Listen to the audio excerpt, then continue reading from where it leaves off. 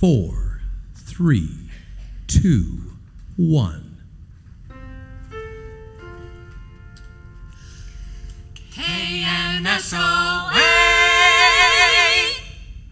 Broadcasting from Newport's Season of the Arts Studios and through the sponsorship of Newport Covenant Church, the Newport Radio Players present Frank Capra's classic, It's a Wonderful Life, adapted for radio by Philip Grecian.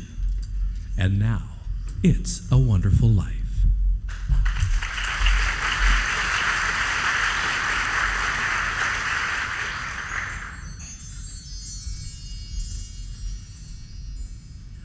I owe everything to George Bailey. Help him, Lord. Please, God, help my son George. He never thinks about himself, sir. That's why he's in trouble now. George is a good guy, God. Give him a break. Please, help my brother, Lord. Where's Daddy? Why isn't he home? Dear God, please bring Daddy back. Thank you. Your friend, Zuzu. Oh, Lord, I love my husband, George. Watch over him for me. Hello, Joseph. Trouble? The name George Bailey keeps coming up. Yes, I know. We should probably send someone down. Whose turn is it? Clarence, the clockmaker. Oh, Clarence. He still doesn't have his wings, does he? He doesn't have much of anything going for him, sir. But he has faith, Joseph. A strong and simple faith. Seems to me that's exactly what George Bailey needs right now. Send for Clarence. You wanted to see me, sir? Yes, Clarence. Someone needs our help. His name is George Bailey, and he's about to throw away God's greatest gift. His life? His life. Oh, dear. It will be your mission, Clarence, to change his mind. I have a mission? Sir, should I accomplish my mission, might I perhaps have my wings? It's been nearly 200 years now, and, well, people are beginning to talk. Clarence, you do a good job, and you'll get your wings. Oh, thank you, sir. Now, no time to lose. Joseph? Sir. I'm turning this over to you. Brief Clarence on his mission. Yes, sir. I have my eye on some sparrows I must attend to. Good luck, Clarence. Thank you, sir. Now, Clarence, let's go back in time and get some background information on George Bailey. Come on, Harry! That's him, George Bailey, 12 years old. They're sliding in the snow, down the hill. And across the icy pond.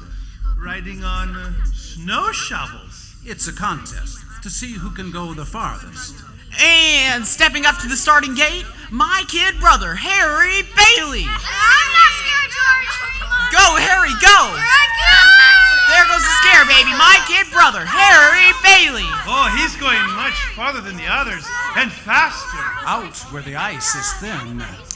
Oh, the ice is breaking. George! He's fallen in. He's gone under. I'm coming, Harry.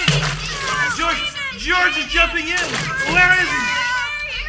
Oh, there he is. He's got Harry. Make a chain. Lie flat on the ice. Make a chain. And they're pulling him out. George saved his brother's life that day, but later caught a bad cold that cost him the hearing in his left ear. It was weeks before he could return to his after-school job at Gower's drugstore. It's me, Mr. Gower, George Bailey. What's he doing? Playing with something bolted to the tobacco counter? Cigar lighter. Complimentary light for the customers. Oh, he doesn't smoke at his age. No, dreams. Dreams and makes wishes. On a falling star? No, on that old cigar lighter. It's a tradition among the boys in Bedford Falls. I wish I had $1 million. Hot dog! He'll get his wish. Mr. Gower, you back there? You're late. Yes, sir. Sorry. Hello, George. Oh, hi, Mary.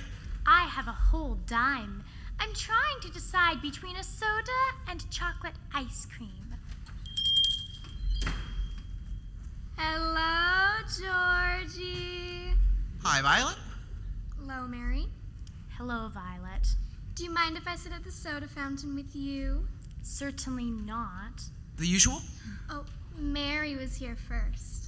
I'm still deciding. All right, then. 2 cents worth of licorice shoelaces. The usual. I'll get him. Be right back. I like him. You like every boy you see. What's wrong with that? Oh, here he comes. There you go, Violet. Thank you, Georgie. Help me down off the stool. It's awfully high. Uh-huh. Never mind. There, did it myself. Goodbye, Georgie. Goodbye, Mary. Goodbye, Violet. You made up your mind yet? Chocolate ice cream. What? Sorry, talking to my good ear. Chocolate ice cream. With coconut? I don't like coconut. You don't like coconut? Say, don't you know where coconuts come from? A coconut tree? No! Well, yeah, but where is that tree? I don't know. Tahiti, or the Fiji Islands, the Coral Sea. Look here. It's National Geographic magazine. Only us explorers can get it. I've been nominated for membership. Ooh. You just watch. I'm going out exploring someday. I know you will. You're darn right. Hey, what's this under the floor? You dropped this? No, George. Here, I'll get it. George? Oh, this is your bad ear. I know you can't hear me with this ear, but I love you, George Bailey. I'll love you till the day I die. Oh. Here it is. Looks like some kind of telegram or something. You drop this? Say, what's the matter with you? Nothing.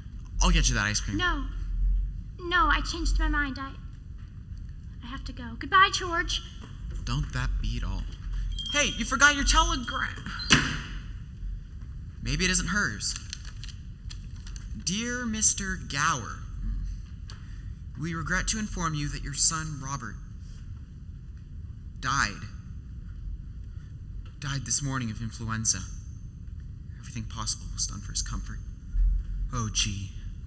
George, come back here. Yes, sir. Mr. Gower, is there anything that I can... sorry, I didn't see the bottles on the floor. I didn't mean to... I'm just making this order for Mrs. Blaine. Pills. Doctor prescribed. Yes, sir, but... Here, put this jar back on the shelf. I'm done with it. Yes, sir. Pills. Doctor prescribed. Say, this is poison.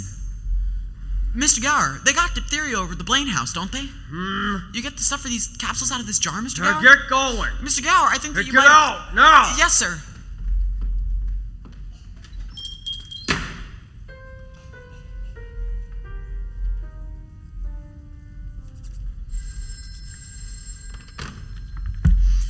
Bailey Building and Loan. Oh, hi. How are you, Maud? No, he's in a meeting with Potter. I got a bad feeling about it. Tilly, I says to myself, that Potter's up to no good. Well, no, Maud, every time he comes in here, I start looking through the want ads for another job. Hey, I got skills, and I'm still young, mostly. Bailey, you're hopeless. Don't come crying to me when these people can't pay their debts. I'm not crying, Mr. Potter, but times are hard, and a lot of these people are out of work. Then foreclose. If they don't want to work, they have no right to own a house. They want to work, it's just that they need more... If they wanted to work, they'd have jobs. It's not that simple. These people have children. I Well, can't they're just... not my children. Are you running a business or a charity ward? Pop, I need some advice. See, these pills are... Not now, George. But Pop, Mr. Potter, have you no pity? You have more money than you could possibly spend. So I should give it all to miserable failures who can't pay their mortgages. Or failures like you and that idiot brother of yours with your shoestring building and loan. He's not a failure. George? You can't say that about my father. George. You're not a failure, Pop. You're the biggest man in town. George, we'll discuss this at dinner. Yes, sir. Biggest man in Bigger than you. George. I'm going.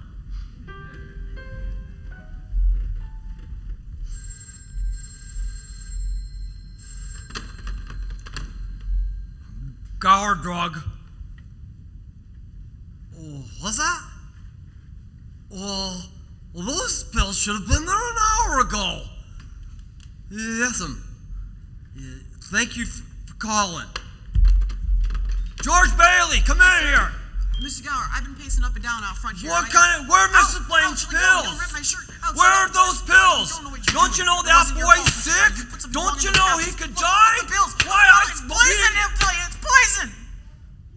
Poison? I couldn't deliver him. Look at him. Look at him. Oh, dear God.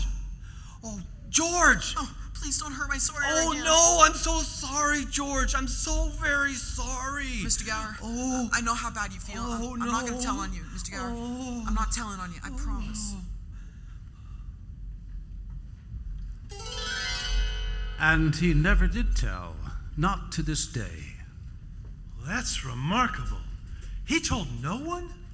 Not a soul. Is that? Yes, that's George Bailey, all grown up. Let's watch. I'm not leaving for just one night, Joe. I want something for 1,001 nights, with plenty of room for stickers from Italy, Tahiti, Baghdad. Oh, a flying carpet, huh? How about this old second-hand job I have behind the counter? Now you're talking. Hot dog, how much? No charge. That's my trick ear, Joe. It sounded like you said no charge. That's right. Look at the name on the suitcase. Say, that's my name. What's my name doing on it? A little present from Old Man Gower over at the drugstore. Came down and picked it out himself. Well, what do you know about that?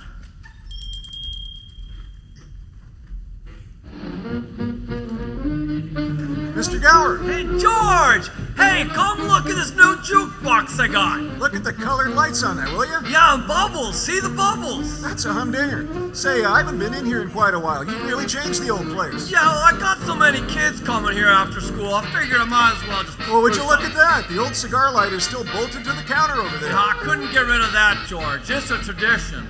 Go ahead, make a wish on it, for old time's sake. I wish I had $1 million. Hot dog. Say, listen, Mr. Gower, I just wanted to thank you for that suitcase. It's exactly what I wanted. Forget about it. It's the least I could do. I hope you enjoy it, George. It's wonderful, but say, listen, I can't stay. Oh, packing up for your big adventure, eh? Gotta go pack this nice big suitcase. My life's about to begin. Thanks again, Mr. Gower. You're more than welcome, George.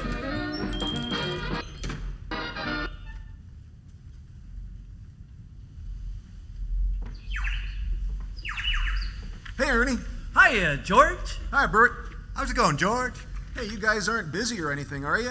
You're not writing Ernie a ticket, are you, Bert? I could come back later. No, we're just passing the time, George.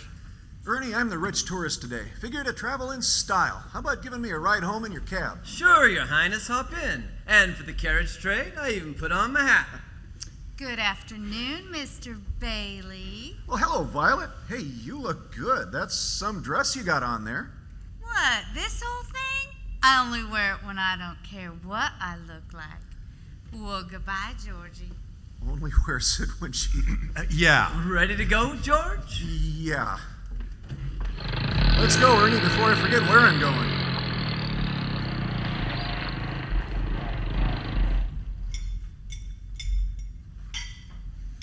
Mother, I believe that's the best dinner I've ever had.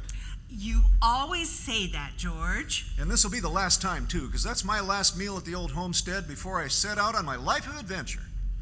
Where's Harry? Harry! You're going to miss your high school graduation party. I'm coming.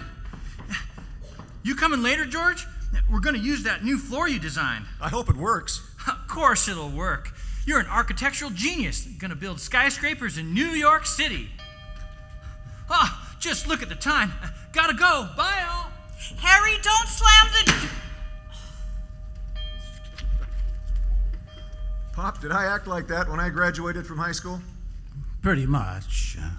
We wish we could send Harry to college with you, George. Oh, we have that all figured out, see? Harry will take my job at the building and loan for the next 4 years, and then when I get back, he'll go.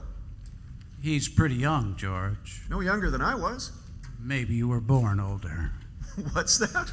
I said you were born older. Have you thought about what you're going to do when you come back from school? I'm going to design new buildings and plan modern cities. All that stuff I've always talked about. This is just the start, Pop. Well, your Uncle Billy and I'll sure miss you at the building and loan. I don't suppose you'd consider coming back after you graduate from college. Oh, Pop, I couldn't. I'd go crazy cooped up the rest of my life in some shabby little office. Oh, I'm sorry, Pop. I didn't mean it like that. I just want to do something big, something important. Well, George, in our small way, we are doing something important. People want a place to call their own, and we're doing that from our shabby little office. Pop, if I don't get away, I'll just bust. You see that, don't you? Yes, George, I suppose I do. You look tired, Pop. Oh, I had another tussle with Potter today. I thought when we put him on the board of directors, he'd ease up a little. Wonder what's eating that money-grubbing old buzzard. He's a sick man, George. He's sick in his mind, he's sick in his soul. Can't stand anybody who has anything that he can't have. I guess his town's no place for any man unless he's willing to crawl to Potter. You got to get out of here, George. I understand that. You want a shock, Pop? Huh? I think you're a great guy. I just tried And I think I'll get dressed and go over to Harry's graduation party. You have a good time, son.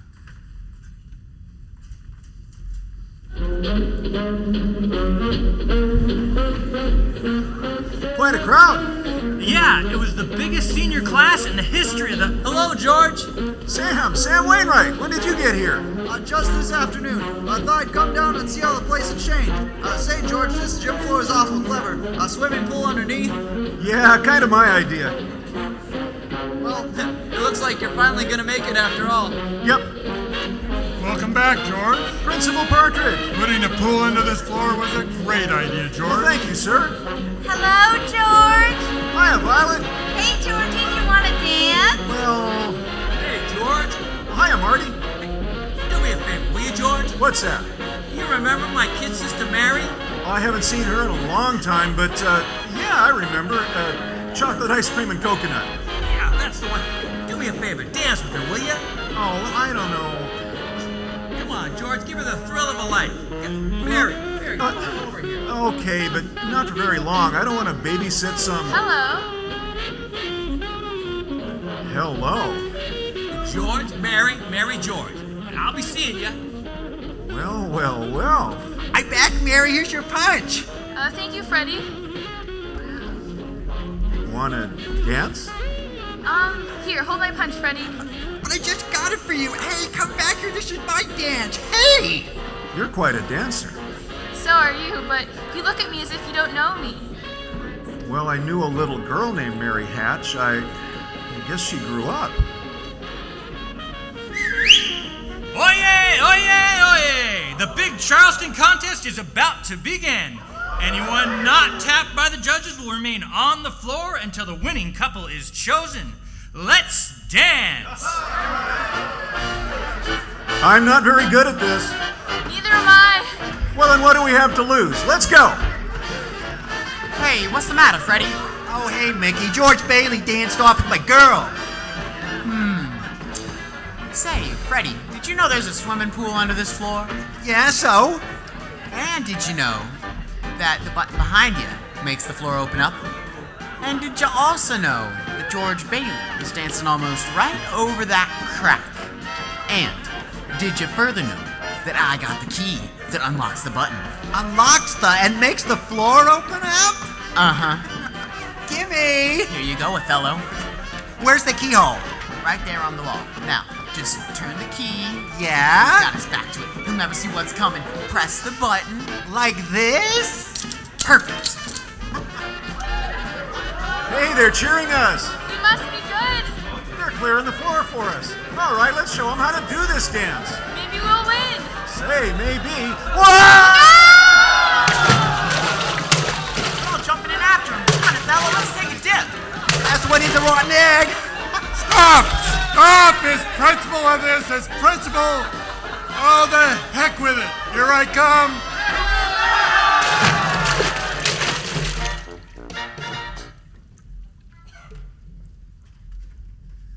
Buffalo gals, won't you come out tonight? Come out tonight. Come out tonight. Buffalo gals, won't you come out tonight? And let's get the harmony, ready? And dance by the light of the moon. Hot dog, perfect. Just like the barber shoppers. Beautiful. Bet I'm the only boy ever carried your wet clothes home from school. You are, but do I look as funny in this robe as you do in that football outfit? I guess I'm not exactly the football player type, but Beggars can't be choosers, and we were lucky to find these. Wouldn't want to go home in wet clothes, but no, you look wonderful in that robe. You know, if it wasn't me talking, I'd say you're the prettiest girl in town. Well, why don't you say it? I don't know. Maybe I will. How old are you anyway? 18. 18? Seems like just last year you were 17. I guess you look older without your clothes. I mean without your dress. I mean you look good, just younger. Oh, careful! You're standing on my belt. I almost lost this robe you think so much of. Oh, we can't have that. Well then, sir, my train. Throw it over my arm. A pox upon me for a clumsy lout. There you are, your caboose, my lady. And you may kiss my hand. And so I shall, my lady. Oh, it's such a soft hand, Mary. Buffalo gals, won't you come out? No, come back here. I'm going to show you something. I'll throw a rock at the old Granville house. Oh, don't, George. I love that old house. No, you see, you make a wish and try to break some glass. Oh, George, don't. That old place. It's so full of romance. I'd love to live in it. Live in it? Not even a ghost would live in that. All right, now, see this rock? What'd you wish for, George? Not just one wish, Mary, a whole hatful. I'm going to travel the world. Then I'm going to college. Then I'm going to design skyscrapers 100 stories high and bridges a mile long. And what you doing with that rock? Making wishes. Oh, that's pretty good. What did you wish, Mary? Wouldn't you like to know? Buffalo gals, won't you come out tonight? What do you want, Mary? You want the moon? You just say the word. I'll throw a lasso around it and pull it down. I'll lasso the moon for you, Mary. I'll take it. And then what? Then you could swallow it, see? And it'll all dissolve, and the moonbeams will come out of your fingers and am I talking too much? Yeah, you're talking too much.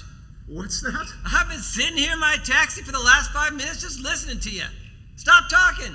Kiss her. Kiss her? Oh, come on, George. Oh, stop it, you guys. Hey, Mary, come back here. I'll show you some kissing. Mary, where'd you go? Where are you, Mary?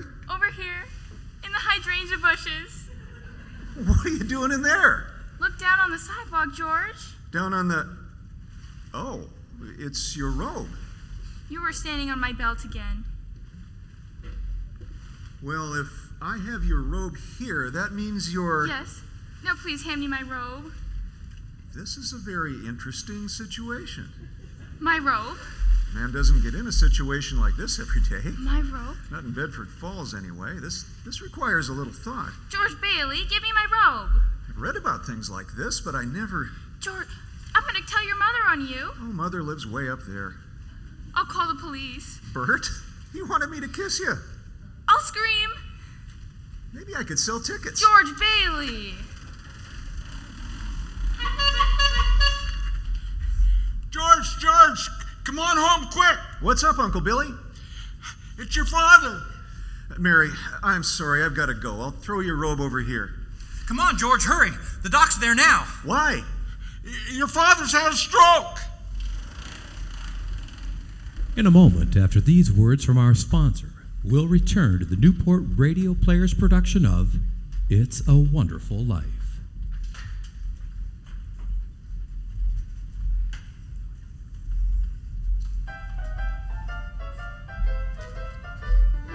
All I want for Christmas is my two front teeth. My two front teeth. See my two front teeth. Gee, if I could only have my two front teeth, then I could wish you Merry Christmas. It's important to keep your teeth bright and sparkling white. The best way to do that is to brush with Sparkle toothpaste or tooth powder. Sparkle not only cleans your teeth, it leaves your breath fresh and clean. So remember, for glistening teeth, Always brush with Sparkle toothpaste.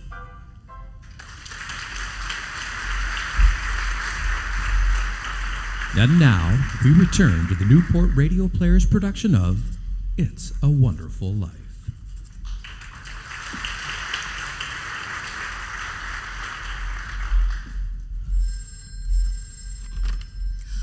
Bailey Building and Loan. Oh, hi, Maud.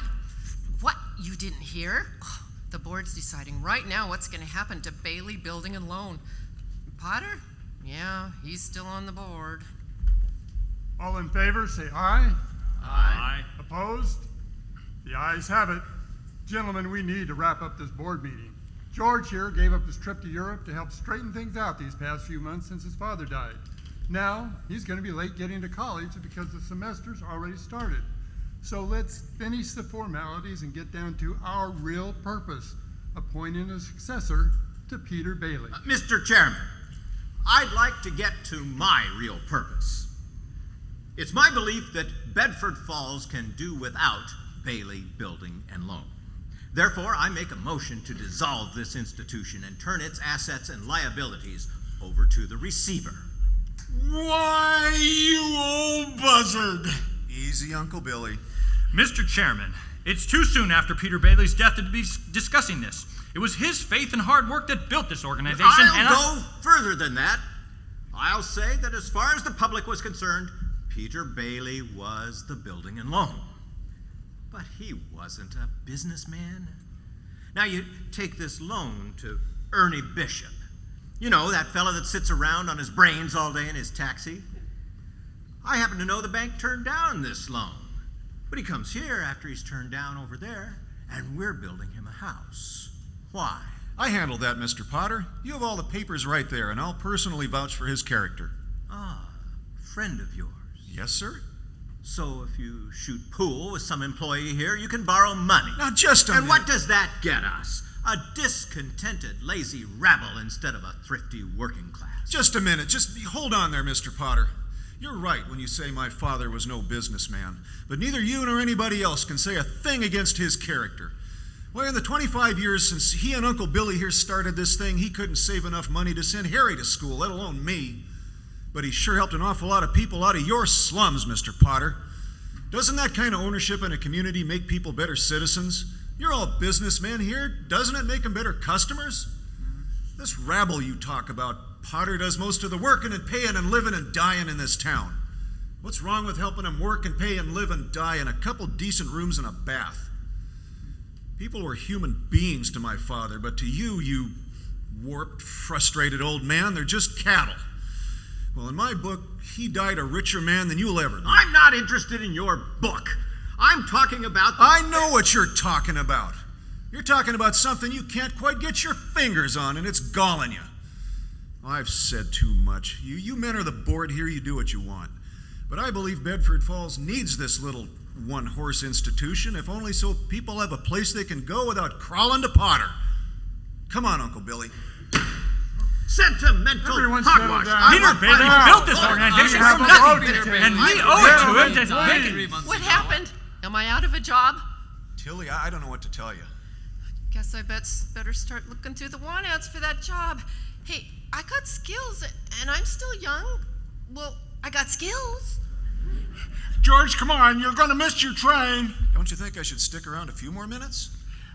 No, I don't think so. We're going out of business. I can always get another job. I'm only 65. 66. 67. Leave while you can, George. George, they voted Potter down. They want to keep it going. They've only got one condition. What's that? That's the best part. They've appointed George here to run it. Oh, no, but Uncle Billy. You can keep him on. You can hire anybody you like. No, but I'm leaving. This is my last chance. But, George, if you leave, they'll vote with Potter.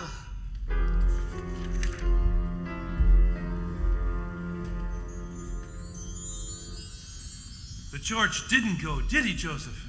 No, he didn't, Clarence. I knew it. George gave his school money to his brother Harry, who went off to college, became a football star, made second-team All-American. Mary left for school, too. But what happened to George? George got 4 years older, waiting for his brother Harry to return and take over the building and loan. The years passed. Look.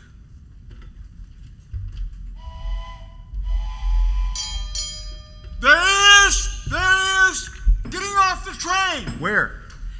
Right there, next to that pretty blonde.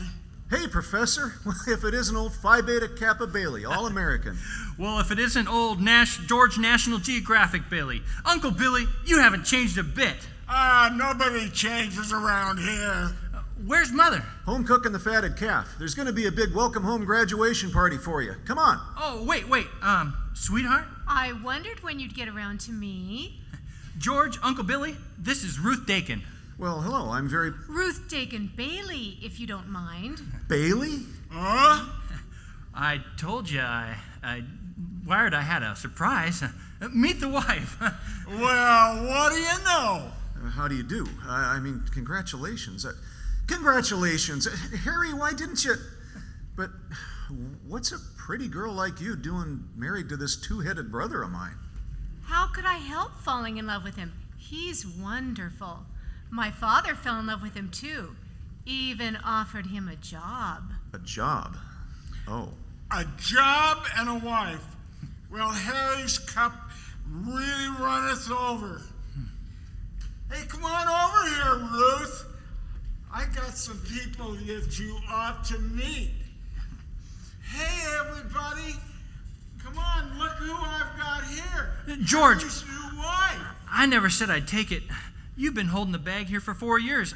I won't let you down, George. Where's your luggage? Luggage? Holy smoke. I forgot that. I'll be right back. Don't go away. Harry, don't forget to... Where did Harry go? He's getting your bags. Ruth, what about this job? Oh, my father owns a factory in Buffalo. He wants to get Harry started in the research business. Is that a good job? A good job with a good future. And Harry's a genius at research. Buffalo, huh? Harry's loading the luggage into the car. Come on, George.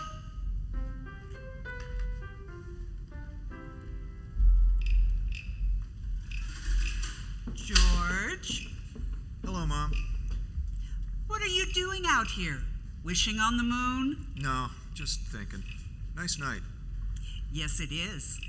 Did you know Mary Hatch is back from school?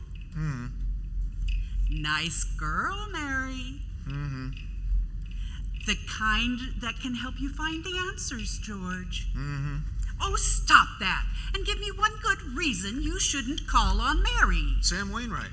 Sam's crazy about Mary. Well, she's not crazy about him. She lights up like a firefly every time you're in the room. Besides, Sam's in New York, and you're right here in Bedford Falls. Yeah, well, that's the thing, isn't it? Right here in Bedford Falls. I think I'll take a walk. I'll be back later. All right, George.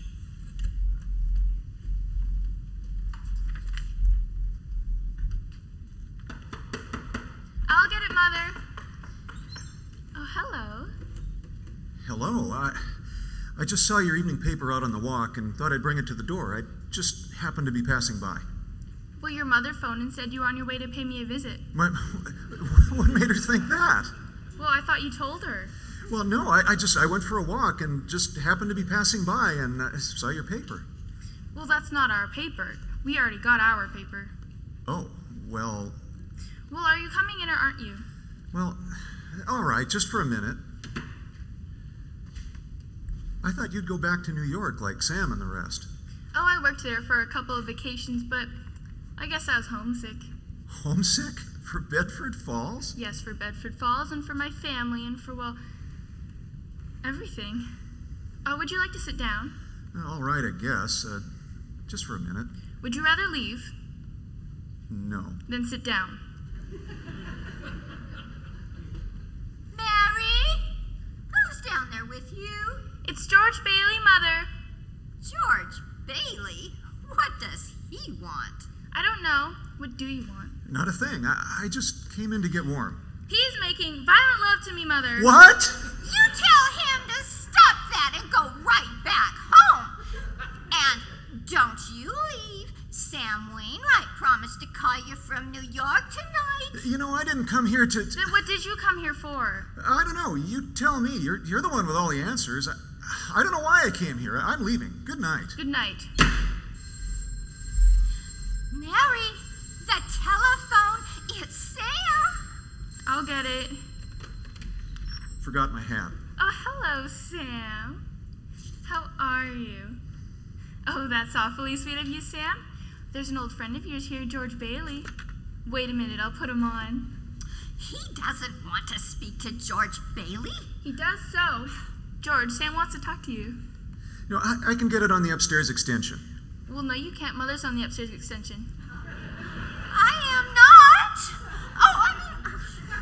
Here, come close, George. We can both use this phone.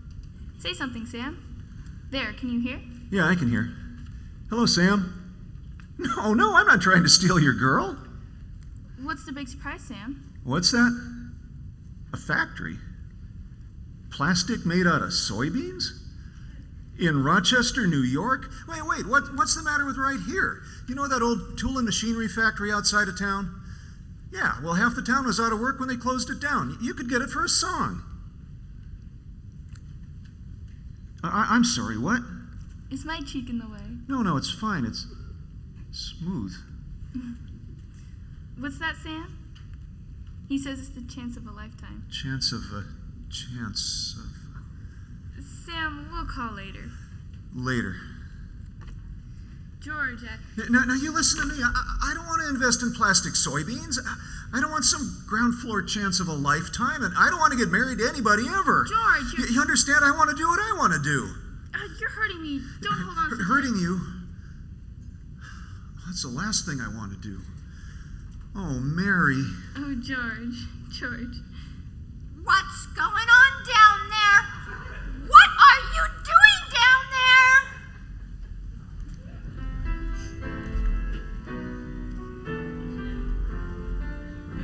Goodbye. Bye, everybody. Goodbye. I swear, I got rice in my hair, rice in my pockets, rice in Where to, folks? Baghdad, Paris, Tahiti. Oh, gonna run up quite a cab fare then. We got the money, Ernie. Honeymoon money. $2,000. Holy smoke! Yeah, and I got it in small bills, too, so I can fan it in my face and make a breeze. Want to wave some money in your face, Mary? Don't mind if I do. Got yourself quite a windfall there, Mary. Oh, very funny. You know what we're going to do? We're going to shoot the works. A week in New York, and then another week in Bermuda. The tallest hotels, the oldest champagne, richest caviar, hottest music, and the prettiest wife. Then what? Then what, Mary? Uh-oh, look at that, will ya? At what? Over at the bank. Something funny going on. I never really seen one, but that's got all the earmarks of a run. Hey, Ernie, if you got any money in the bank, better hurry and get it out. Pull over, Ernie. Sure. George, let's not stop. Something's going on at the building and loan. George, please. I'll be back in a minute, Mary. This won't take a minute. Just wait for me.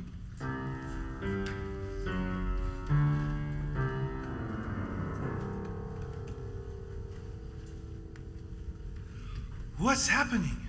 The Great Depression.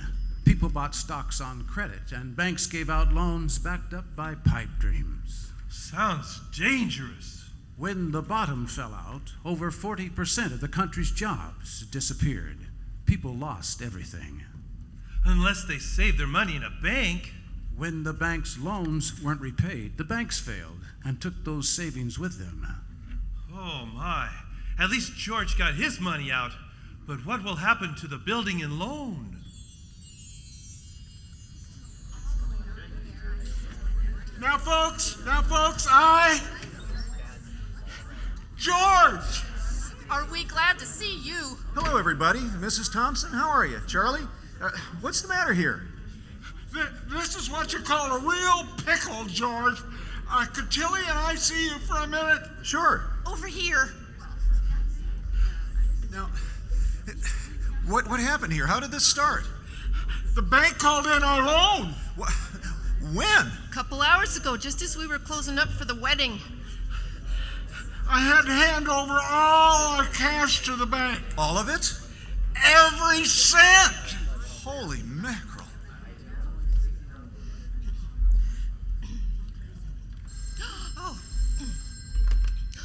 Bailey Building and Loan? Oh, sure, fine. George, it's Potter. Hello? George, there's a rumor around town you've closed your doors. Is that true? Our doors are still open, Mr. Potter. I'm glad to hear that. Are you all right? Do you need any police? Police? What for? Well, mobs get pretty ugly sometimes. Now, I'm doing what I can to help in this crisis, George. I've just guaranteed the bank sufficient funds to meet their needs. They'll close up for a week and then reopen. So you took over the bank. That explains why our loan was called in. A necessity in time of crisis, George. Now, I'm willing to guarantee your people, too.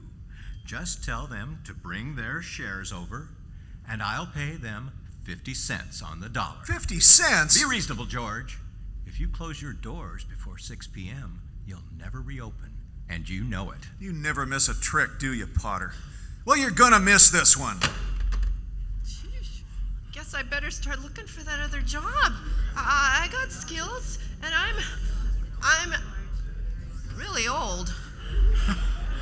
I'm scared, George. Uncle Billy just... I have good news, folks. I've just spoken to Potter. He's guaranteed cash payments at the bank. You see, this thing isn't as bad as it looks. The bank will reopen next week. But George, I got my money here. Did Potter guarantee this place? Well, no, I didn't even ask him. We don't need Potter here. I want to make a withdrawal. No, but Yeah, me too. But Tom, we don't have all the money here. It's out working for you. It's in Joe's house and Ernie's house and 100 others. You're lending them money to build, and when they pay it back... George, I only got $242 in this place, and my taking it out ain't gonna break you. Okay, Tom, all right, but... Tom, did you get your money? No. Well, I did. Old man Potter will pay 50 cents on the dollar for every share you got. What do you say, George? Well, okay, sure, Tom. Give us 60 days. 60 days? That's what you agreed to when you bought your shares. It takes some time. Okay. Let's go to the bank. Better have nothing. Tom, wait, all of you, listen. Don't do this. If Potter gets a hold of the building and loan, there'll never be another decent house built in this town. He's already got the bank. He's got the bus line. He's got the department store. And now he's after us. Why? Because we're cutting into his business, and because he wants to keep you living in his slums, paying the kind of rent he wants you to pay. Joe, you lived in one of his houses, didn't you? Have you forgotten what he charged for that broken-down shack? And Ernie, remember last year when things were going bad for you and you missed some payments here? We didn't take your house, did we? You think Potter would have let you keep it? Now, don't you understand what's happening here? Potter isn't selling, he's buying. Because we're panicky and he's not. And we can get through this if we just have faith in each other. But my husband hasn't worked in over a year and I need the money. How am I going to live until the bank opens? I've got doctor bills to pay. I need cash. Yeah, but... I've got cash here. Mary, our honeymoon money? Well, what kind of honeymoon could we have, George, knowing our friends up back home are in trouble? $2,000. That could tide us over till the bank reopens. All right, Tom, what do you need? $242. Oh, no, Tom, you don't... I'll take $242. All right, Tom. 20, 40, 60, 80, 100, 20, 40, 60, 200... $242. Here you go. And that'll close my account. Your account's still here. That's just a loan. Mary, where are you going? Oh, I have to run an errand. Yeah, but we... Hey, George, I got $300 in this place. Oh, now, Ernie, what'll it take till the bank reopens? I suppose $20. 20. Now you're talking. Mrs. Thompson. But it's your money, George. Don't you worry about that. How much do you need? I guess 20 will do. $20. All right, there you go. Where should I sign? You don't sign anywhere. I know you'll pay back when you can. Mrs. Davis. Could I have $17.50? Oh, bless your heart. Of course you can. 5, 10. Well, that's the lot. Do we have any money left? $2, and we're still in business. If we make it to 6 o'clock, we'll have a toast. What time is it? It's almost... 3, 4... 5, 6. Bingo! We made it! Lock the door, Tilly. It's locked. A toast. A toast! To our 2 remaining dollars. Papa Dollar and Mama Dollar. And if you want the building and loan to stay in business, you dollars better have a family real quick. A family. Oh, Mary. Bailey Building and Mary. Mary, I'm so sorry, dear. We missed our train. What's that? Come home? What home? 23 Sycamore, but that's the old Granville house. All right, I'll be right there.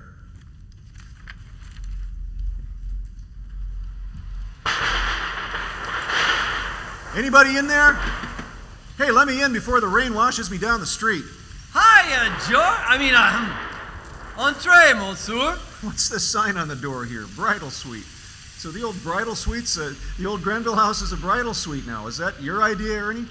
I am not Ernie. I'm a fancy French butler. Right. Like I said, entree, monsieur. Okay. Well, the roof leaks.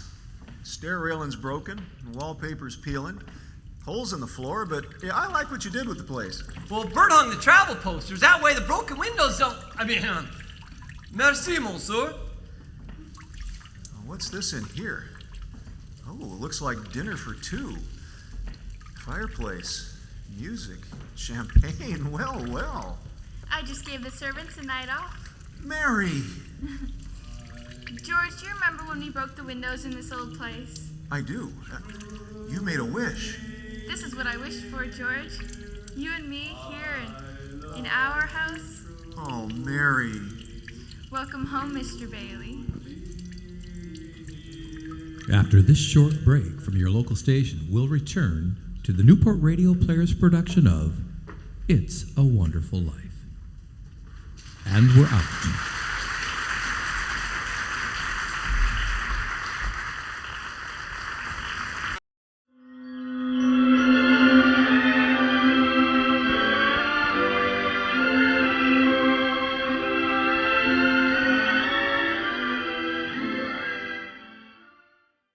Five, 4, 3, 2, 1.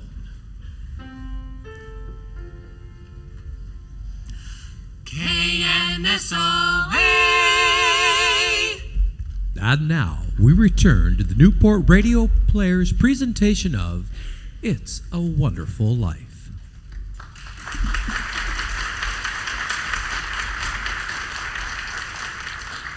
Now, what were you saying, Reineman? No skin off my nose, Mr. Potter. I'm just your rent collector. But you can't laugh off Bailey Park anymore. Look at this old map. George Bailey's been busy. 15 years ago, a half dozen houses stuck here and there, just daisies in the old cemetery. Now, look at this map, Bailey Park the way it is today. Dozens of the prettiest little homes you ever saw. 90% owned by suckers who used to pay rent to you. Your Potter's Field is becoming just that. Baileys haven't made a dime from any of that. And not yet, anyway. Too busy helping people out. But if I were you, Mr. Potter... Well, you are not me. Get out. I'm going. No skin off my nose. But... one of these days, I've got a feeling I'll be asking George Bailey for a job. No skin off my nose. I ought to... Will you see the congressman now, sir? Hang the congressman. Call the building and loan. I want to see George Bailey. Yes, sir. Time to get rid of Bailey Building and Loan once and for all. Mr. Bailey here to see you, sir. George! George, come in. Come in. Sit down. Sit down. Have a cigar. Well, thanks. I Let don't me usually light smoke. it for you. Make a wish. What? Oh, never mind. Oh, that's quite a cigar, Mr. Potter. You like it? I'll send you a box. So, just what did you want to see me about? You know, George, that's what I like about you. Right to the point. George, I'm an old man, and most people hate me. But I don't like them either, so we're even. Now, you know that I run practically everything in this town. Except Bailey Building and Loan. Except Bailey Building and Loan. For years, I've been trying to get control of it or kill it. But I haven't been able to do that. You have been stopping me. During the Depression, for instance, You and I were the only ones who kept our heads. You saved the building and loan, and I saved all the rest. Yeah, well, most people say you stole all the rest. The envious ones say that, George, the suckers. Now, I've stated my side very frankly. Let's look at your side. Young man, married, making, say, 40 a week. 45. 45. You pay your bills, you're able to keep maybe 10 a week if you scrimp. Baby or two comes along, you won't even be able to save the 10. You're intelligent, ambitious. You hate your job. In fact, you hate the building and loan almost as much as I do.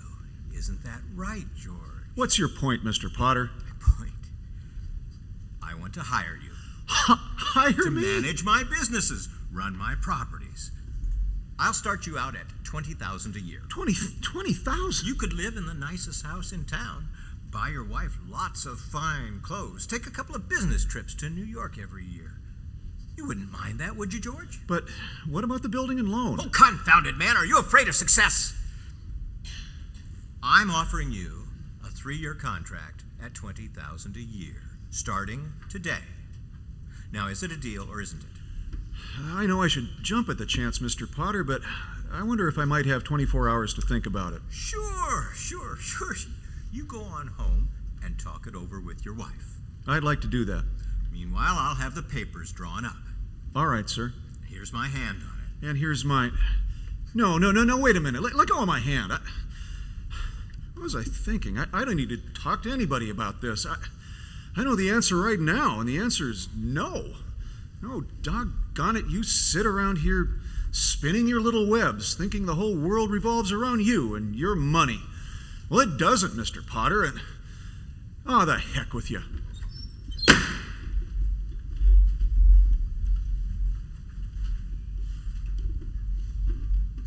Mary? You asleep? No. Listen, Mary Hatch, why in the world did you ever marry a guy like me? To keep from being an old maid. Oh, yeah, sure. You could have married Sam Wainwright or anybody else in town. Well, I didn't want to marry anybody else in town because I want my baby to look just like you. You didn't even have a honeymoon. Wait, you're what? My baby. Oh, Mary, you're... What? George Bailey, Lasso's the stork. What is it, a boy or a girl? Uh-huh.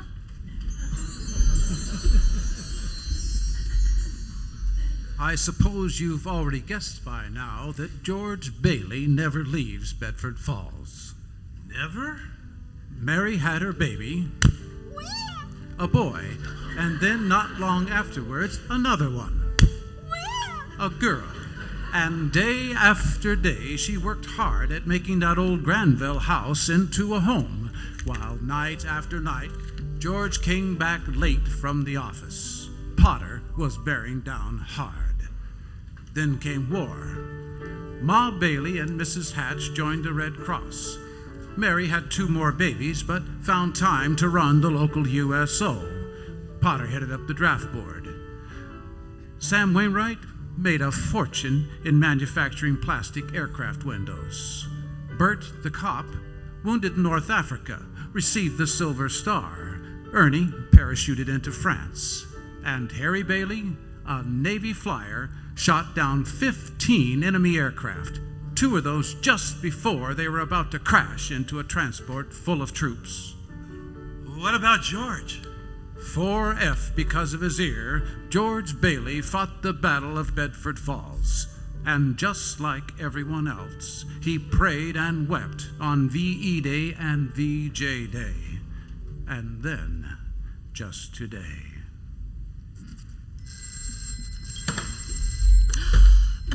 Bailey Building and Loan. Oh, hi, Maud. Did you hear? Harry's coming home. Well, he won the Congressional Medal of Honor. The president himself pinned it on. Yeah. Extra. Read all about it. President decorates local boy. I gotta go, Maud. Call you later. Here you go, Tilly. I brought you a copy of the paper. Ooh. Oh. Bailey Building and Loan. Look at that, would you? The whole front page. Collect call. Yes, we'll take it. George, it's Harry, long distance from Washington. Hand it over. Harry, congratulations. How's Mother? She what? She did? Lunch with the president's wife? Wait till I tell Maud. Harry, they're cooking up quite a celebration for you here, right in time for Christmas Eve. The Navy's flying Mother home this afternoon. In a plane? Harry, in a well, of course in a plane. What's that, Harry? No, Uncle Billy's not in yet. He stopped by the bank first to deposit accounts receivable. I forgot to tell you, Miss Carter is here. Who? Miss Carter, the bank examiner. I put her in the spare office. Oh, okay. Say, Harry, I got some business to attend to. Don't hang up till I get to say goodbye. Uncle Billy will be along any minute. Here's Tilly. So, Harry, tell me all about it. Yeah, I want to know everything. Did you really shoot down? Good morning, Miss Carter. Morning. And Merry Christmas. Merry Christmas. We're all excited around here. My brother just won the Congressional Medal of Honor, decorated by the president himself. Well, I guess they do those things. I trust you had a good year, though I can't figure how when you accept personal collect calls and talk forever. Let's get this over with. I'd like to spend Christmas with my family. Absolutely. I'll get the books for you, and my Uncle Billy will be along any minute. He's at the bank right now making a deposit.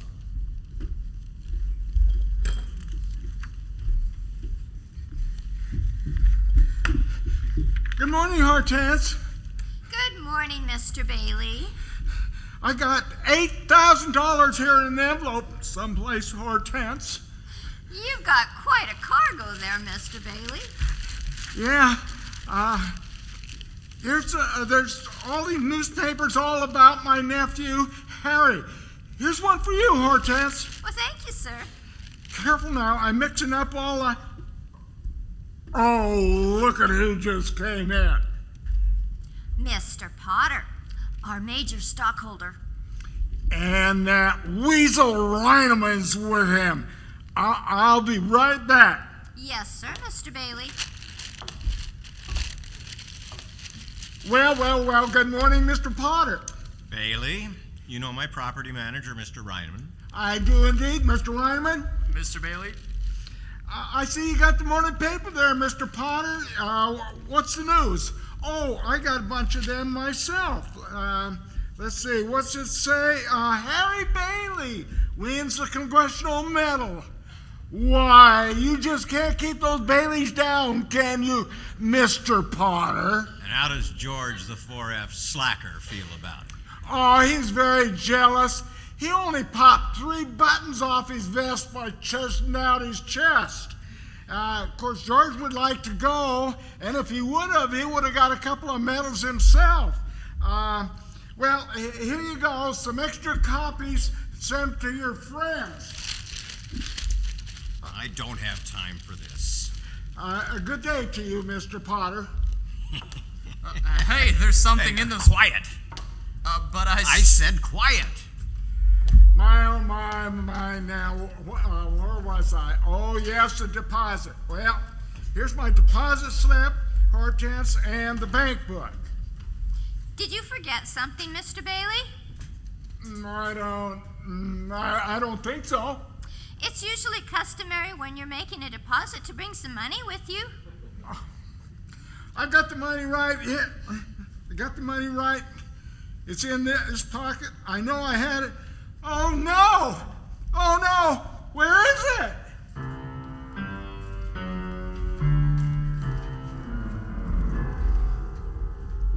So, Harry, you coming home soon? Maybe you should get on that plane with your mom. You wouldn't believe You just make all yourself they're doing. comfortable, Miss Carter. I'll get those books for you. Well, hello, Violet. What brings you to Bailey Building and Loan? Hi, George. Could I see you for a second? A second? Well, of course you can. Come into my office here. Thank you. What, Harry? Oh, well, that was Violet Bick. She and George had Oh, wait, here's your Uncle Billy. Uncle Billy. Long distance from Washington. Here. Who? Harry, your nephew. Remember him? He wants to talk to you. Hello? Yes, Harry? Yes, everything's fine. Goodbye. Whoa, wait, that was... I should have my head examined. It's got to be here someplace. I'll be in my office. What in the world? There you are, Vi. I wrote you a glowing character reference. character, like if I had any character. It takes a lot of character to leave the security of your hometown and start all over. In fact, here's a couple of bucks to... Oh, no, George. Well, you're broke, aren't you? Well, sure, but... You want to walk to New York City? You know, they charge for meals and rent up there just like they do here in Bedford Falls.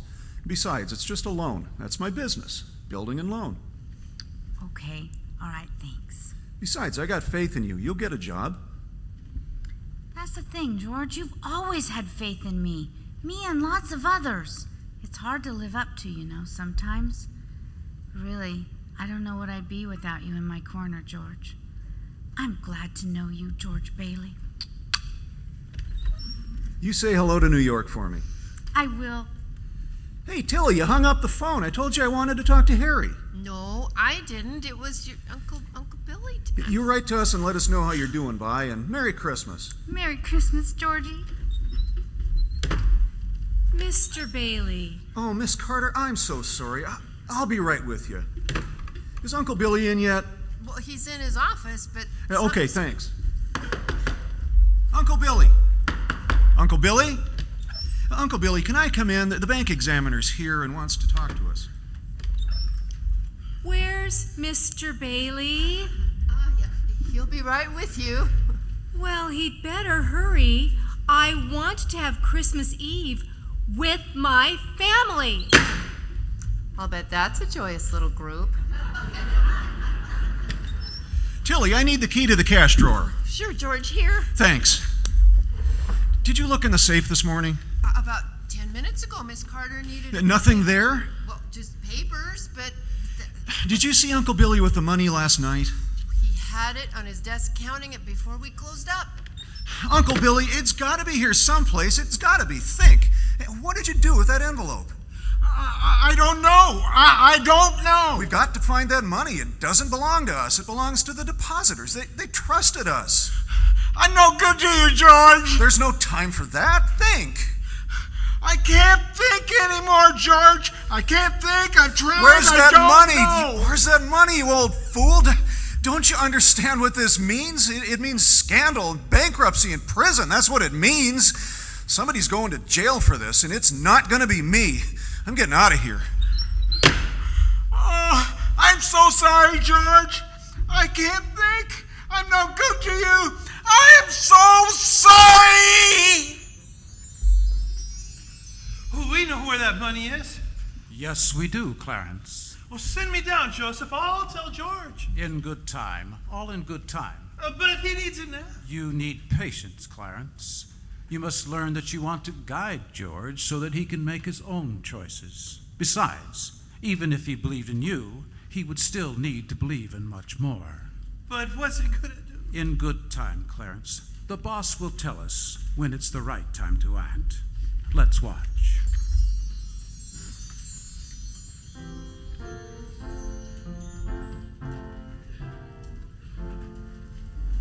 Very good, Janie. I think that's the best time yet. I want my piano solo to be perfect for the party tonight. Oh, I'm sure it will be, sweetheart. Especially if I keep practicing hard. Oh, be careful, Peter. Don't clump too much tinsel on that side of the tree. Okay, I'm spreading it out. See? And you're doing a fine job. Can I help? Of course, Tommy. Why don't you help with these bows? Oh, hello, darling. Hello. Merry Christmas, Daddy. Oh, yeah, sure. Merry Christmas. Oh, my, bless you. Bless you, Daddy. Did you bring the Christmas wreath for the windows? I left it at the office. Is it snowing? Just started. Well, where are your coat and hat? Left him at the office. George, what's the matter? Nothing's the matter. Everything's fine. All right, Peter, you're a big boy. Can you put the star up? I can. Yes, way at the top. I'll hold the stepladder. Oh, isn't it wonderful about Harry, George? Does she have to keep playing that? I have to practice for the party tonight, Daddy. Mommy says we can stay up till midnight and sing Christmas carols. Why don't you go upstairs and freshen up, darling, before the families get here? Families? I don't want any families here. Excuse me. Hectic day? Oh, yeah. Another big red-letter day for the Baileys.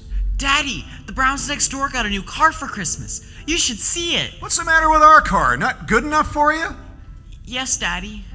Excuse me. Excuse you for what? I booked. All right, darling, you're excused. That's very good. Now go upstairs and see if Zuzu wants anything. Okay. Zuzu? What's the matter with Zuzu? Oh, she caught a cold coming home from school. They gave her a flower as a prize, and she didn't want to crush it, so she didn't button up her coat. I put her to bed. It's just a cold. The doctor said it's nothing serious. The doctor was here? Is she running a temperature? A little one, but she'll be fine. It's this drafty old house. We might as well be living in a refrigerator. Why did we have to get this drafty old house anyway and stay in this crummy old town? George, what's wrong?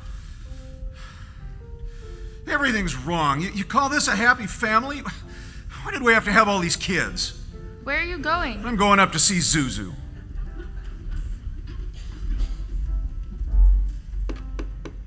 Come in. Hi, Daddy.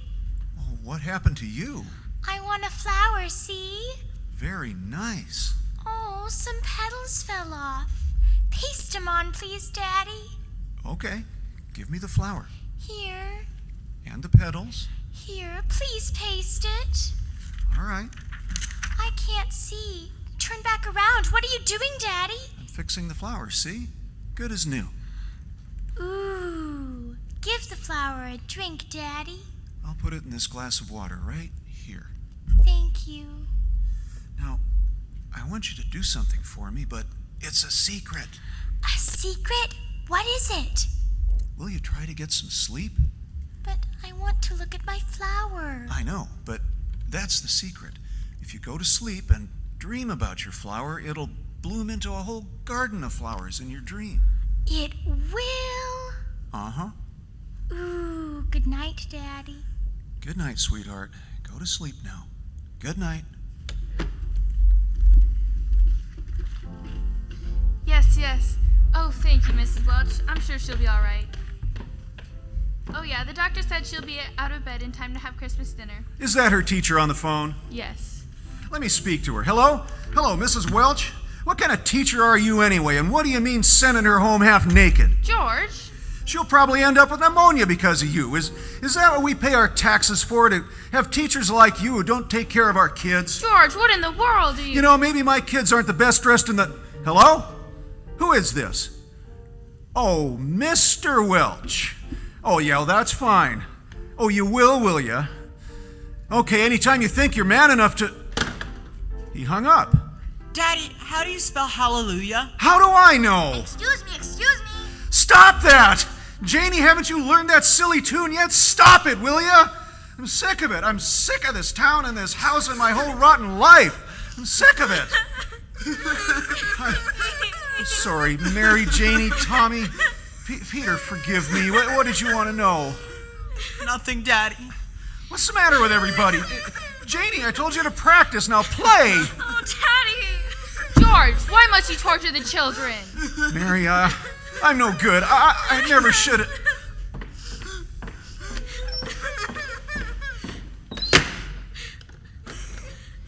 Yes, operator? Bedford 247, please. Is Daddy in trouble? Shall I pray for him? Yes, Janie, pray very hard.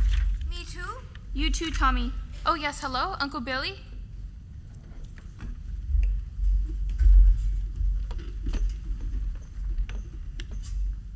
So what is it, George? Why have you come to see me? I'm in trouble, Mr. Potter. I need help. Through some sort of accident, my firm is short on their accounts. I've got to raise $8,000 immediately. Please help me, Mr. Potter. Can't you see what it would do to my family? George, could it possibly be there's a slight discrepancy in the books? No, sir. There's nothing wrong with the books. I've misplaced $8,000, and I can't find it anywhere. You've misplaced $8,000? Yes, sir. I see. Have you notified the police? No, sir. I didn't want the publicity. Harry's homecoming's tomorrow. What have you been doing, George? Playing the market with the company's money? No, sir. I haven't. What is it then? A woman? It's all over town you've been giving money to Violet Bick. What? Why did you come to me? Why didn't you go to Sam Wainwright and ask him for the money? I can't get a hold of him. He's in Europe. I thought you had lots of friends. They don't have that kind of money. You're the only man in town that can help me, Mr. Potter. I see. I've suddenly become quite important. What kind of security would I have, George? Do you have any stocks? No, sir. Bonds, real estate, collateral of any kind? I have some life insurance, a $15,000 policy. I brought it with me. How much is your equity in it? $500? Look at you. You were going to go out and conquer the world. You once called me a warped, frustrated old man. What are you but a warped, frustrated young man? Miserable little clerk crawling in here on your hands and knees begging for help. You've got nothing but a miserable little $500 equity in a life insurance policy. You're worth more dead than alive. But since the state examiner's still here as a stockholder of Bailey Building and Loan, I'm going to swear out a warrant for your arrest. Misappropriation of funds, manipulation, malfeasance. In fact, I'm calling the sheriff's office right now. No, I'm going.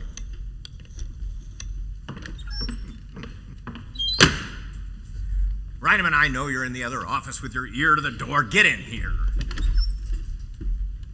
Don't you think this joke of yours has gone on long enough, Mr. Potter? We both know you've got Bailey's money. His uncle got confused and handed it to you in those newspapers. No way anyone would prove it. I saw him do it. You were smart enough to keep your mouth shut, and you will continue to do so. No skin off. No skin off your nose. Oh, and one other thing, Reineman. This isn't my joke. What do you call it, then? Revenge, Reineman. I call it my revenge. In a moment, after these words from our sponsors, we'll return to the Newport Radio Players audio adaptation of It's a Wonderful Life.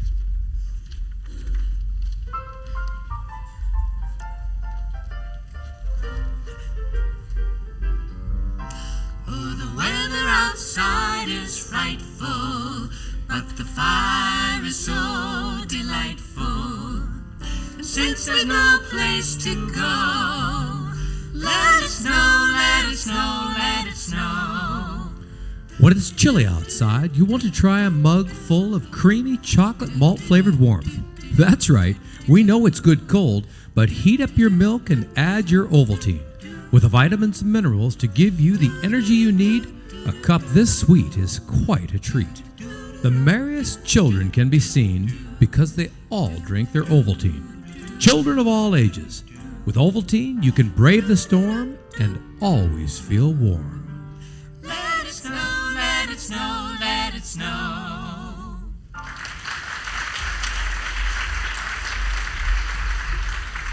And now, the conclusion of It's a Wonderful Life.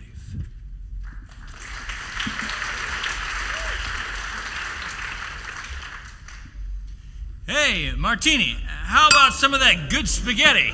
Oh, she's a coming right up. Nick, I'll have another bourbon and make it a double.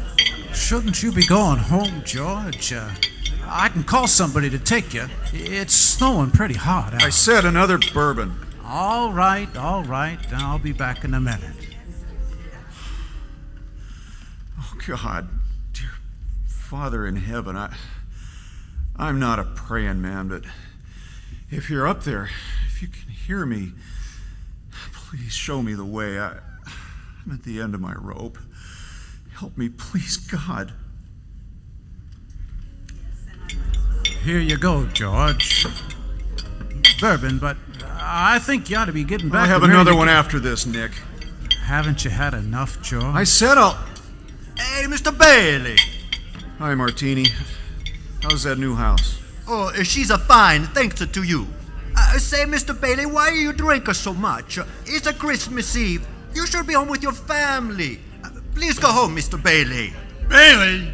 Which Bailey? That's George Bailey. He works at the Bailey. Come here, you. Hey, let go of him. You got this coming, Bailey. Go. Next time you talk to my wife like that, you're gonna get worse, Bailey. She works hard to teach her kids, and you have to scream at her over the phone. She cried for an hour. You get out of here, Mr. Welter. You never come back. I gotta pay for my drink. Never you mind your money. You hear, my friend? Now get out. All right.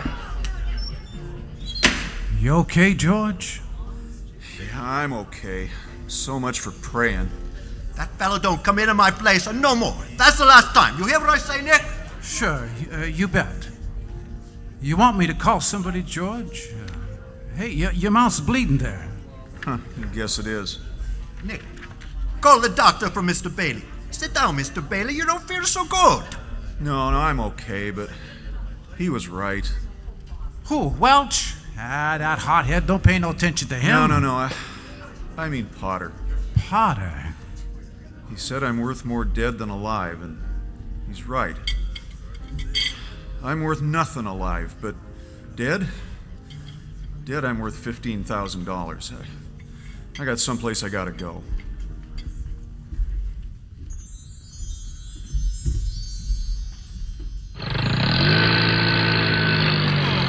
He shouldn't be driving in this condition. He won't be driving long. Look. He hit a tree. Is he all right? Oh, he's all right. See, he's getting out of the car. Didn't do the tree any good. Where's he going? Out onto the bridge. Well, the current's running pretty swift. See what he's doing now? He's gonna jump. Can he swim? Oh, he can swim, all right, but it would take an awful lot of effort to fight against that current, and that's an effort he doesn't care to make. No, he's going straight to the bottom and stay there. Oh, no. Yes, boss. It's time, Clarence. All right, Joseph. Here I come! Holy buckets! Hello! Hold on, I'm coming!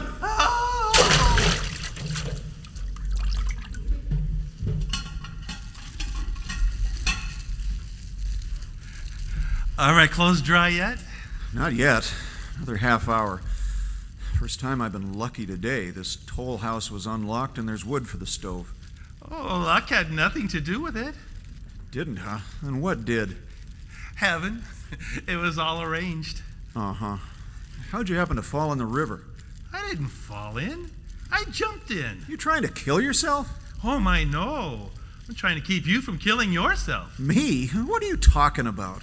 Oh, I knew that if I were drowning, you'd stop thinking about killing yourself and try to save me. And you did, you see. And that's how I saved you. Yeah, very funny.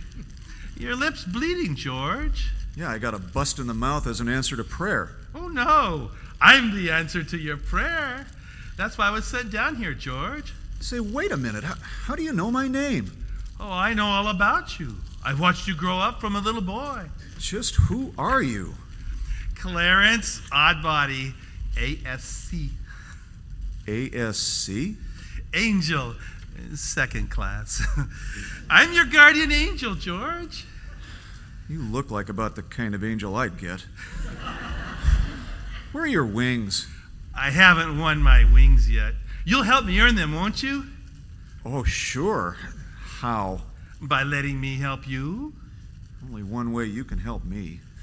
You wouldn't happen to have... $8,000? Well, yeah, but how do you know that? I told you, I'm your guardian angel. I know everything about you. Everything, huh?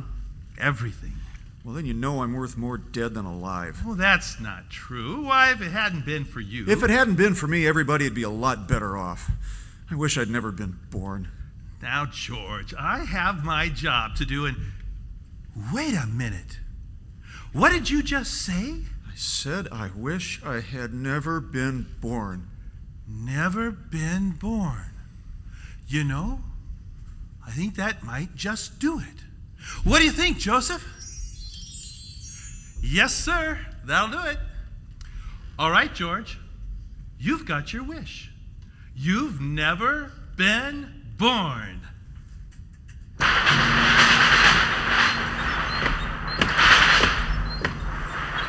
Well, you needn't make such a fuss about it. What did you say? You've never been born, George. You don't exist. You don't have a care in the world. No worries, no obligations, no $8,000 to find, no Potter, no sheriff. Wait a minute. That isn't the doggonedest thing. I can hear out of my bad ear. Your lips stopped bleeding too, George. And it stopped snowing. What's happening here? Just as soon as my clothes are dry... Your clothes are dry, because they've never been wet. Mine too. The stove must have been hotter than I thought. Come on, get your clothes on. We'll walk over to my car and... Oh, I forgot. You're an angel. I'll walk. You fly. I can't fly. Oh, right. No wings. Come on, we're leaving.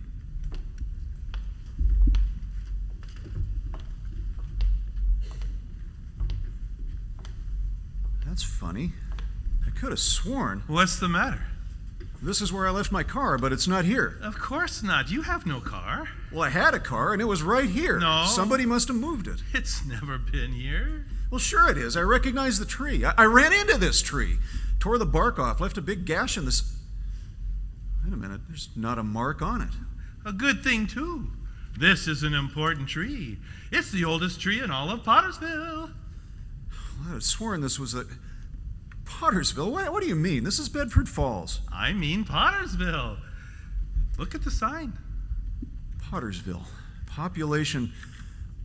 Wait a minute. There's something wrong here. Indeed there is. Maybe I left the car at Martini's. Come on, Gabriel. Clarence! Clarence, right, Clarence.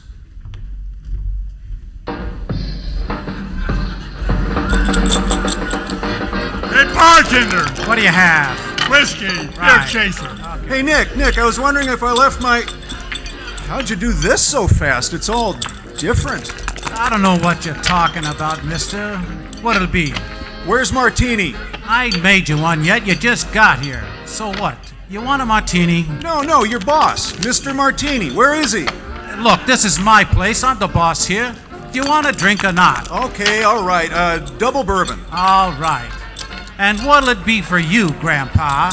Oh, it's been so long since I... Look, mister, I'm standing here waiting for you to make up your mind. And you're doing a good job. That's a fine man. Thank you. Let's see. So many choices. I've been thinking, how about a flaming rum punch? No. It's not cold enough for that. Mulled wine. Heavy on the cinnamon. Hey, we serve hard liquor here for men who want to get drunk fast. And I don't need any characters around to give the joint atmosphere. You get my drift? Or do I need to give you a couple of rabbit punches to get my point across? Rabbit punch? Is that anything like a rum punch? Don't get cute with me, or so help me out. Nick, give him the same as me. He's All okay. right. He's just a little, All right, 2 double bourbons. I'll be back in a minute. You better be sure you got the money. I've never seen Nick act this way. He's not exactly the man you knew. You'll be seeing a lot of strange things. Somebody got his wings. What? Every time you hear a bell ring, it means an angel gets his or her wings. Another one! Look, it might not be a good idea to talk about getting your wings quite so loud.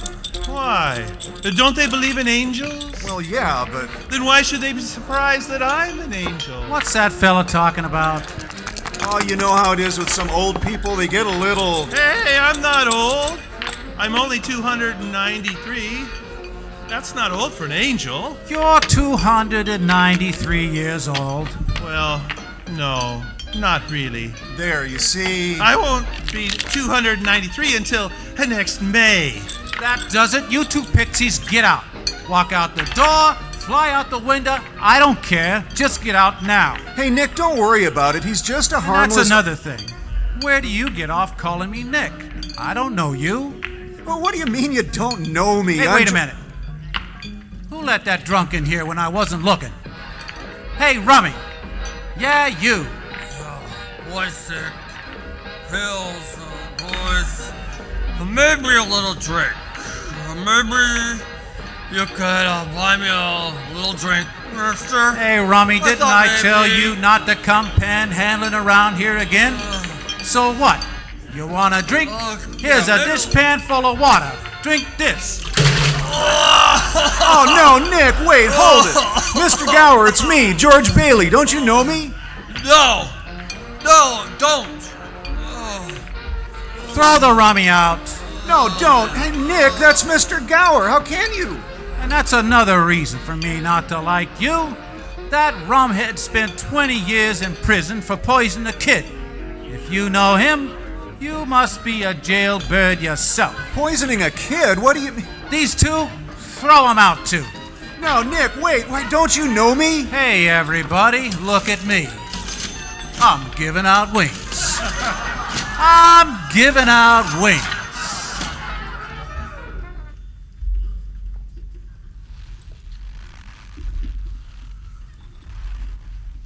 Here, let me help you up. At least they managed to throw us into a snowbank.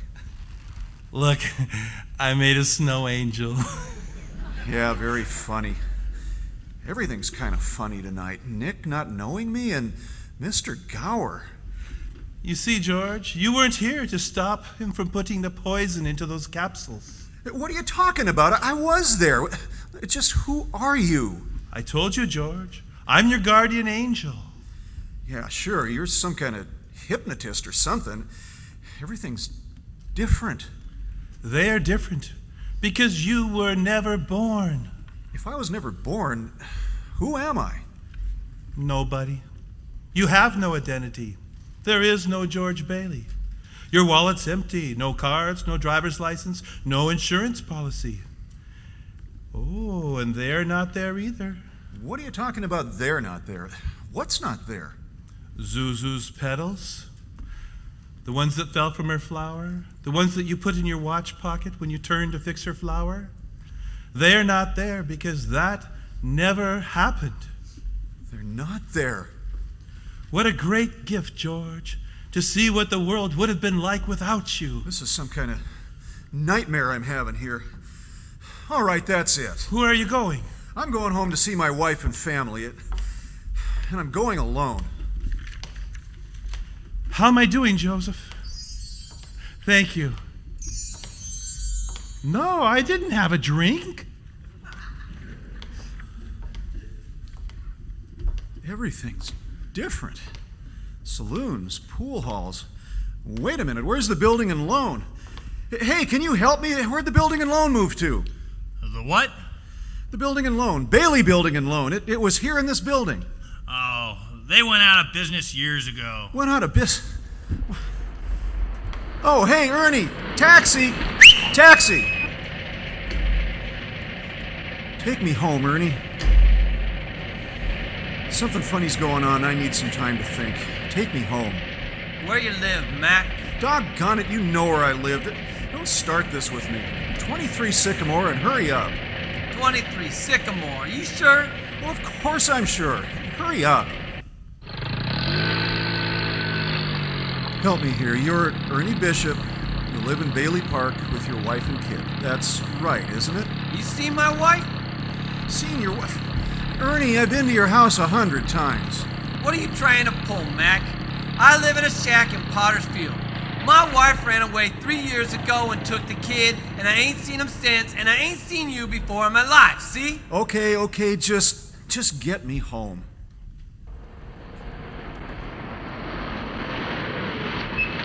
This the place? Of course this is the place. This is my... Wait a minute, what happened to it? What happened to the windows? Mister, this house ain't been lived in for 25 years. Wait here. Just wait here. I'll be right back. Darn right I will. You ain't paid your fare. Mary, Tommy, Peter, Janie, Zuzu, where are you? They're not here, George. You had no children. You never existed to have them. What have you done with them? All right, put up your hands. No fast moves. Here, watch him, Bert. I'll grab the other one. Ouch! Did your mother Bert, thank God. What happened to the house? Where's Mary? Where's my kids? I said put up your hands. What's the matter with you guys? Look, it's this fella here. He says he's an angel. He's trying to hypnotize me. Hey, let go of me, Ernie. Ow! Run, George! Run! He bit me. That does it. You're under arrest, you little... Help, Joseph, help! Hey! Where'd he go? I had him right here. Well, you ain't got him now. No, Let's get out of here, Bert. This place is haunted. Yeah.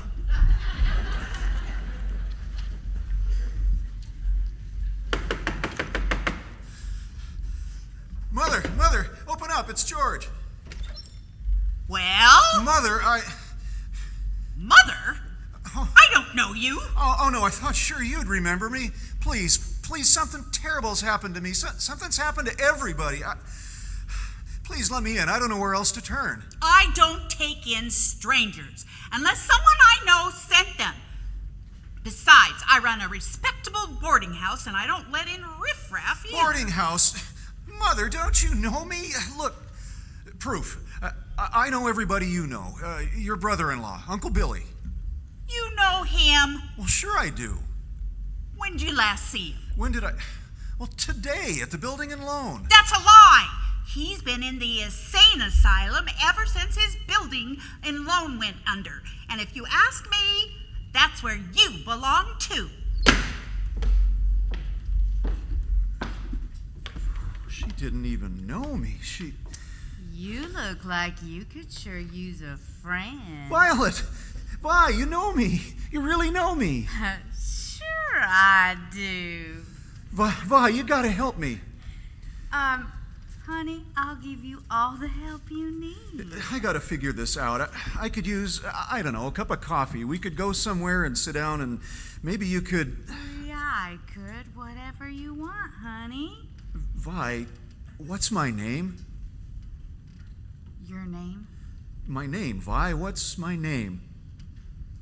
Your name's whatever you would say it is, sugar. Oh, no. I gotta get out of here. Hey, you get back here!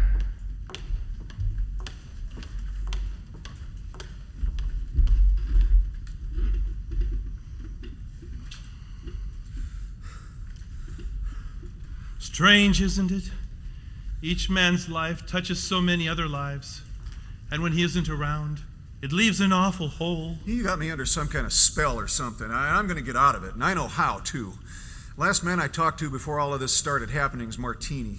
I know where he lives. You do? Well, of course I do. I helped him buy his house. He lives over there in Bailey Park. Are you sure that's Bailey Park? All I see is an empty field and a cemetery. I'm not sure of anything anymore. Where's all the houses? You weren't here to build them. It's a cemetery. Nothing here but a cemetery. Look over here, George. Just another tombstone. Read the inscription. In memory of our beloved son. Look, what's the point? Read the name. In memory of our beloved son. Gotta scrape some of the snow away. Oh, no. Harry Bailey? Your brother Harry broke through the ice and drowned at the age of 9. No, that's a lie. Harry went to war. He won the Congressional Medal of Honor. He saved the lives of every man on that ship. Every man on that transport died. Harry wasn't there to save them because you weren't there to save Harry. You see, George, you really had a wonderful life. Don't you see what a mistake it would be to throw it away? Clarence? Where's Mary? Oh, well, I can't. Tell me where Mary is. I'm not supposed to tell. Tell me. You never existed. She never married. I can't. Tell me, or so help me, I'll... Ow! She's about to close up the library. The library. 2 blocks. Well, that was unpleasant. There must be an easier way to get my wings.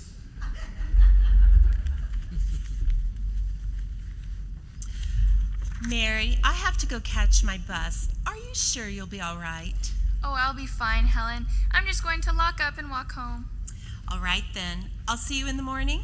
8 o'clock on the dot. Good night, then. Good night. Mary! We will reopen at 9 o'clock in the morning. Now, if you'll excuse me. Mary! Mary, wait, stop. Look at me, Mary. Ouch, please, stop it. Mary, it's me, George. Don't you know me? I don't. You're hurting me. Let me go. Hey, you. Let go of her. Don't do this to me. Hold it. Where are Grab kids? it. Don't let him get away. I need you, Mary. Help me. I got it. Lego, Tom, Ernie, that's Mary. That's my wife. She fainted. Mary. Oh, no, you don't, buddy. All right, buddy, you're not getting away again. Hey, let me go. Come along with me. Sorry to do this to you, Bert. You all right, officer? Hey, he's getting away. Stand back. Stop or I'll shoot. Stop.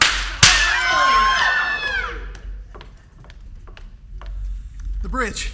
He's got to be here on the bridge. Clarence! Clarence, I believe! I believe. Help me, Clarence. Get me back. Get me back to Mary and the kids. I don't care what happens to me. Please, help me. I believe and I want to live again. I believe. Dear God, I believe. I want to live again. Please let me live again.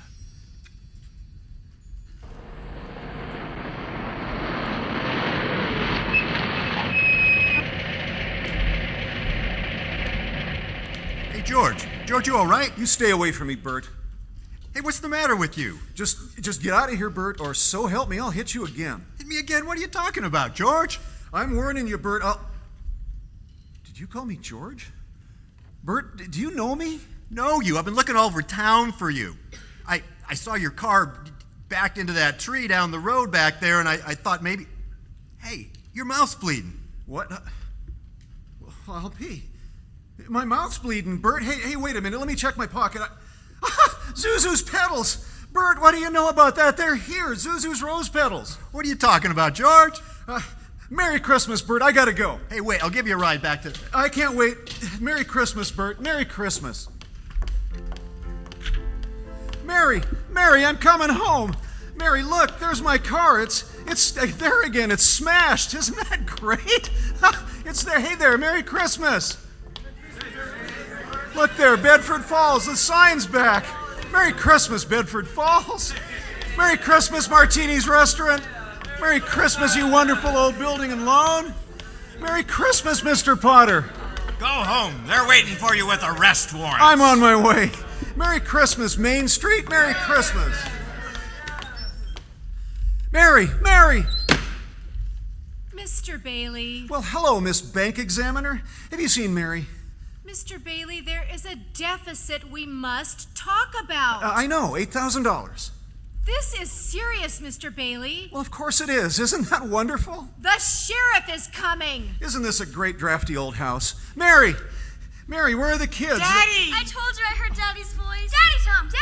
Oh, you Peter, Janie, Tommy, you wonderful kids. I could just eat you up. Daddy, Merry Christmas, Daddy. Hey, where's your mother? She went looking for you with Uncle Billy. Daddy! Zuzu, my little ginger snap, how do you feel? Fine. And she's all better, not a smidge of temperature. Not a smidge of temperature.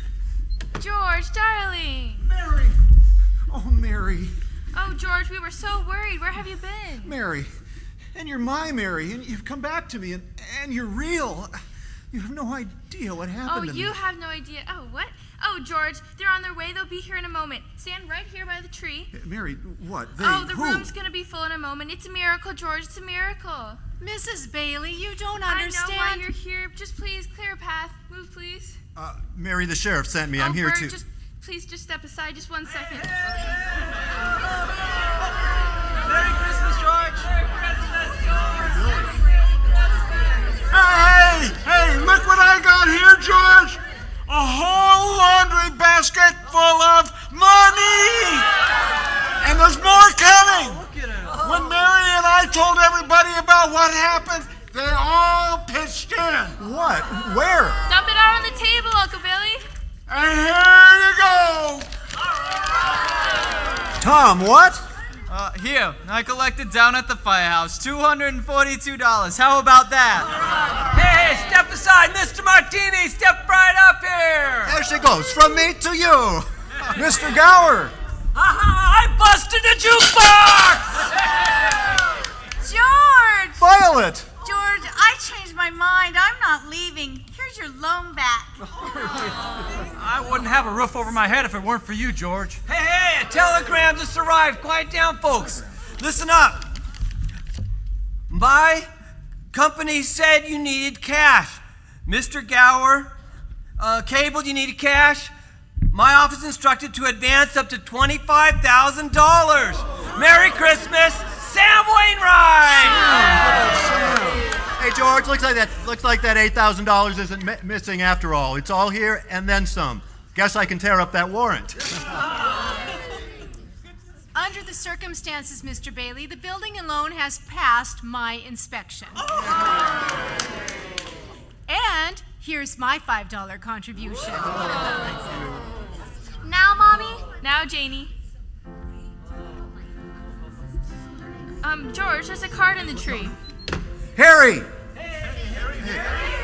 Hey, we got Harry a police escort from the airport. The darn fool flew in all the way in a blizzard. Harry, what about your banquet in New York? Oh, I left right in the middle of it as soon as I got Mary's telegram. Hey, everybody, quiet. Merry Christmas to my big brother George, the richest man in town.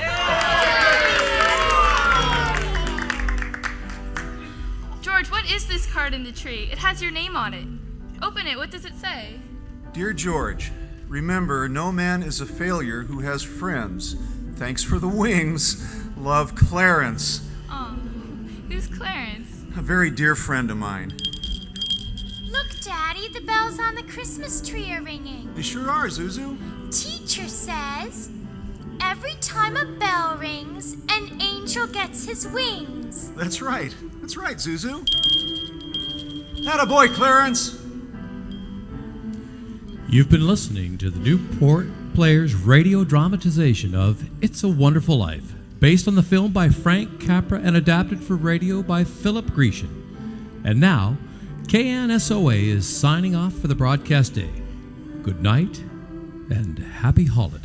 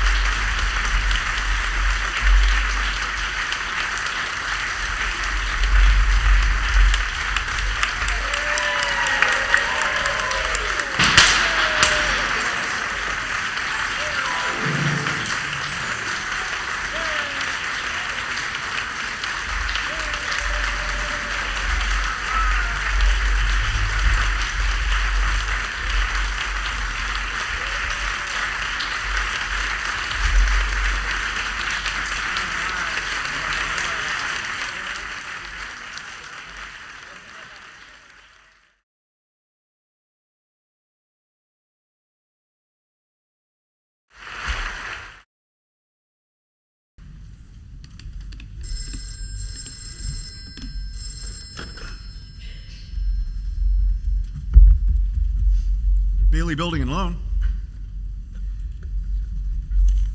George, good night. Is it Maud again? Oh, for heaven's sake, Maud. Listen. I can't talk now. No. The board's deciding right now what's going to happen to Bailey Building and Loan. Yeah. Oh, Potter? Oh, yes.